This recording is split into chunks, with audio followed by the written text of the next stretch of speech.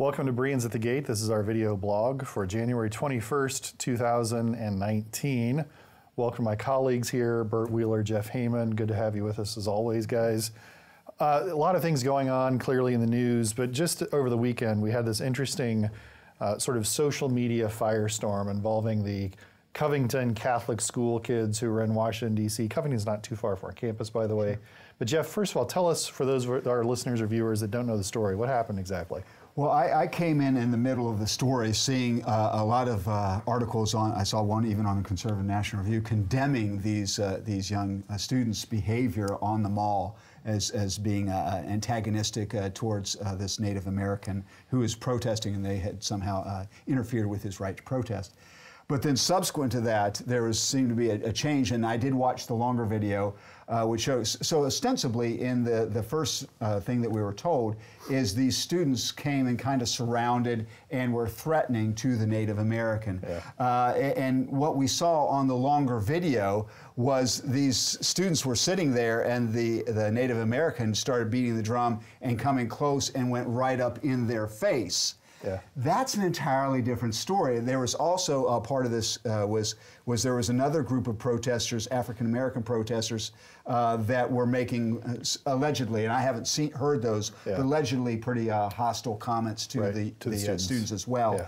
So when you see the broader picture, it paints an entirely different story than what was originally reported. And the students did have on Make America Great Again hats. Not all of them, but a few of them did. A few of them did, which I think exacerbated the issue. I think it exacerbated in this sense, and this is important, maybe part of our discussion, is that we're all predisposed to want to believe things based on the other side. And so if we were to make some sort of judgment on somebody based on minority status, we would be roundly condemned. Right. But now that it's gone the other way, if you wear a Make America Great Again hat, you're obviously something different as well. So I think it just shows in human nature we're all prone to prejudge, if you will, a situation. Yeah, social media has made this problem a lot worse, obviously. Things can be tweeted, things can be posted in a matter of seconds. There's no verifiability frequently. There's no waiting for context. I mean, Bert, this is pretty different than the way journalism historically functioned, let's say at least during the past 100 years before we got to the social media age. Undoubtedly, I was thinking about that today when we were thinking about talking about this issue. And you know, I don't remember pre-radio, but I pretty well do remember when television started being ubiquitous. And you know, our culture seems to be following a train of technology, like we're being led along by technology, and we do whatever we want to with technology simply because we can, and then we sort of filter through the results and work it out. And that's, in some sense, the way American culture works. But things are so quick, nothing is verified. I mean, we used to, I won't say believe what was in print, but if it was in print, there were so few outlets that in order for it to be in print, you had an idea that at least a couple of people had thought about it and looked about it. They had been peer-reviewed in some sense. Some sort of filter. They had been checked out in some way. They had been approved. Right. And you know, even by the time I was probably in grad school and seminary, that was starting to fall away. And it became much, much easier to print, you know, with the advent of computers. But it has just changed everything, and now we see things, we believe what we see, what we hear. You know, I saw this video that we're talking about first on the BBC. So, I mean, it was just on my app that I go to for news, and here you have this young man smirking at this gentleman, you know, playing his drum, and it was very disconcerting looking, just watching. I think it was about a 44-second clip. And that was the impression that I had. When you read the text below it, it matched exactly what it looked like. And I thought, man, you know, what has that young man done? You know, he needs a little correction. And then when the real story comes out, it's even a little bit more nefarious, I think, than what Professor Heyman depicted, because the Native American gentleman, who I believe is 64 years old, just completely fabricated what happened. And he has evidently fabricated a couple of times, just as it's being revealed. So it's interesting what has happened and what we see and understand now. And I just fear I've said this several times, but things are going so quickly now. It just seems like everything just rolls on, and we have very little time for contemplation. I think, and along those lines, because We can all remember back to Dan Rather's portrayal of George W. Bush in Vietnam, and kind of when he was busted, shall we say, for kind of going forward with a story that was not vetted properly.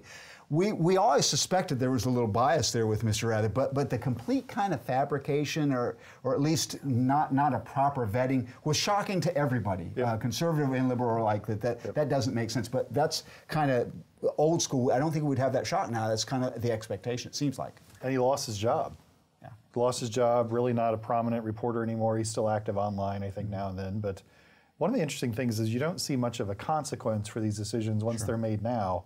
If you're some sort of clickbaity, BuzzFeed sort of website and you just function on getting quick news and quick clicks, I hate to say it, but what's the downside to pushing something out there that generates a lot of revenue, a lot of attention? It just doesn't seem to be, there's nothing built into it that checks it and then has consequences that follow. Like before, if you had a filter, well, your editor could come down on you hard, you get fired. Well, I don't know what those filters are at all right now. There's no accountability. I agree with what Bert said. I think it's a good point. The technology is driving our behavior. How does this change? Is there any possibility that changes? I mean, the ability to instantaneously communicate puts the incentive on speed. Speed's the antithesis of accuracy and other things. I don't know how we step away from this. I think there's a little bit of discipline by us to the people that we kind of are in contact with when they kind of tell stories that from such and such a source. I can remember when I was like in 7th grade or something, I was telling some story in English class to the teacher. Well, I'd read this thing in the newspaper. She says, "Where'd you get that?" And I said, "It was in the National Enquirer." And I found out when I was in 7th grade, that's not a good source, right? And so if we, but you tend to learn that you don't repeat those kind of things. If we challenge people that, hey, that's as reputable as the National Enquirer, anyway, I think. I also think this is a time when we can consider how our culture develops, how it moves forward. So I don't know exactly what the outcome will be. Something will happen. We will rein this in some form or fashion. I can remember one of the things that I learned when I was younger. I don't remember the exact age. We talked about where should there be a stoplight? Should there be a stop sign there? Well, we won't put up a stop sign until there's an accident.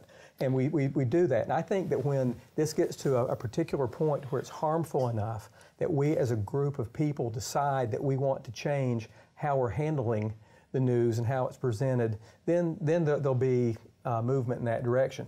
Now, it is so stretched out and there's so much wealth and you can make so much money easily that it may take a while for it to work through the system. But this is how our problems are kind of worked through. The solution emerges. And I think that'll happen here. It's just when you're in that moment and we're seeing it, we think, goodness, what in the world? What have we done to ourselves? I don't do too much social media. I elected not to. I want to say it was probably about 15 years ago. I looked at it and said, this is going to take up too much of my time. Don't think I'm going to do it. All right. So I just don't do much. Do you think you suffer because of that? Just curious. Do you have any regrets in that decision? Not with social media, no, because I still think I get enough of information. And I see some of the stuff where my wife, for instance, on Facebook has friends across the political spectrum. And I mean that literally. We come from East Tennessee, and she has some friends that she knew from home that come up with just absolutely crazy stuff from the right. We have friends way on the left that come up with crazy stuff on the left, and I don't miss it at all. I just said, I keep telling you, don't believe the stuff. It's just simply not factually accurate. The spin that's on it is so intense that you're completely leaving fact behind and not even rational understanding of what went on. And I see it on the right and on the left. And I know people that believe either side. And it's really no wonder that we don't talk to each other if we actually believe some of the stuff that we're hearing. Yeah. Jeff, what do you think? What do you think about your own social media habits? Do you think those are going to change going forward at all? No, because I'm very similar to Dr. Wheeler. I have never done Facebook, really. I've got an account, but I'm never on it. The only thing I ever look at is Instagram because it has cool pictures of things that I'm interested in, but that's not this kind of social media. Yeah. Otherwise, I don't. We're a really hip crowd. Yeah, that's good. I'm on Twitter. I'm on Facebook. I don't do a whole ton on either one, but they're fun. They're enjoyable. They're useful. They do eat up a fair bit of time if you let them. But I agree with you. I mean, what you see on there is just fairly monstrous from both perspectives. The comments are outrageous, outlandish, sometimes legally actionable, frankly. Threats of violence, threats of all sorts of things. It is pretty remarkable stuff. I wonder whether some of this would help if we could get people ID'd online, in the sense that if you had to present as yourself, would that make a difference with how people do these things? I don't know. I think there's a lot of social research which confirms that. One of the reasons we have the hostility we have is precisely due to the anonymity. Yep, that's right. There's evidence out there for that. So that could be a way forward, but I don't know the speed part. I don't know how we're going to get news outlets, for example, to unplug from the speed element, because usually, they would need to take 12 hours, 24 hours to sort of say, let's work through this story a little bit before we post anything. Maybe we'll get back to that, and maybe they'll get sued. Maybe they'll learn enough lessons where they say, it's just not worth it. A benefit of the speed and the diversity is that there's a lot of news that comes out now, and with the older model, we had everything, all the news was created for us. So it was much easier to paint a particular storyline, let's say about the way a war was going. It was much, much easier pre-Vietnam to do that. And then when we started embedding reporters, it was like, whoa, we're seeing this a little bit up close now, and it's not exactly like what the government says it, should be. So there is benefit to this, and I agree then that the speed part of it, we just have to learn how to filter through what's being presented to us in a way where we don't just buy it hook, line, and sinker. And as Professor Heyman said, we are predisposed to believe things that we already think in those terms. So it makes it really easy just to jump on that horse and ride it. No doubt. One comment though, the speed thing is endemic to everything in the modern world. This isn't just about media proliferation, information proliferation. It's fair. Everything we can do parallel now with the way that the internet has come about. Even I think as an old military guy, in terms of modern warfare, the speed of modern warfare is so fast. That's the singular change from 50 years ago. On almost any dimension you want to look at, it's much faster because you have more sources that are combining in, and you can combine these resources in a faster way. So, well, I should say, just for the sake of historical accuracy, that some of this is what happened too. We first had mass printed newspapers. As printing got cheap, proliferation occurred. Newspapers began to compete. There were questions. Eventually, the New York Times said, let's be objective. That will help us appeal to a broader audience. They developed this ethic of objectivity, made it more profitable, started to filter throughout the industry. So you wonder whether maybe we'll see some similar dynamic take place here. I don't know. We could be a little bit hopeful, but we'll see. Jeff, you want to spend a minute or so talking about some interesting economic news. Care to get our viewers up to date? Thank you.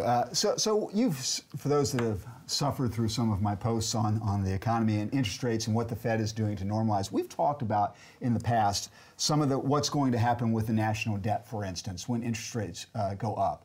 And it depends on how much they go up and so forth. But you can see our federal budget, if we go up 2-3 percentage points, might go up many hundreds of billions of dollars just in interest costs. We've talked about that before. But this weekend I saw two articles that kind of also added that thing. Number one was there's increasing concern about the mountain of debt that the private sector has amassed. Because of the low interest rate policies of the Fed, many corporations used debt issuance at very low interest rates to buy back equity so that they could raise their earnings per share. And so now there's some concern, significant concern, what are these corporations going to do when interest rates rise? It's good on the way down, but not so good on the way up. But what was even more interesting to me, because I've been aware of that as well, but one thing I hadn't thought about in a long time was a guy named Alex Pollock. He's an AEI scholar, American Enterprise Institute scholar, has shown in this September's report by the Federal Reserve, they are technically insolvent on a mark-to-market basis, i.e. the assets that the Fed has on the balance sheet are less than their liabilities. Now, it's not clear when the Fed can print money. It's a great big deal. But when we think about normalization of interest rates, that would only get worse if interest rates were to rise further. So that's just another aspect of this crazy experiment of the decade of basically zero interest rates. What's going to happen on the other side as interest rates normalize? There's going to be more problems than people have imagined. So that's the sort of thing that could bring some structure into the political system. You talk about having a crisis that forces people to work together, reach compromise. That'd be the sort of thing that would do it, I would guess. Well, I would hope Potentially. so. I would hope so. Yeah. All right. Well, thank you for watching. We always appreciate your feedback. If you have questions, leave them in the comments below or send them to Matt and his marvelous mailbag. Thank you.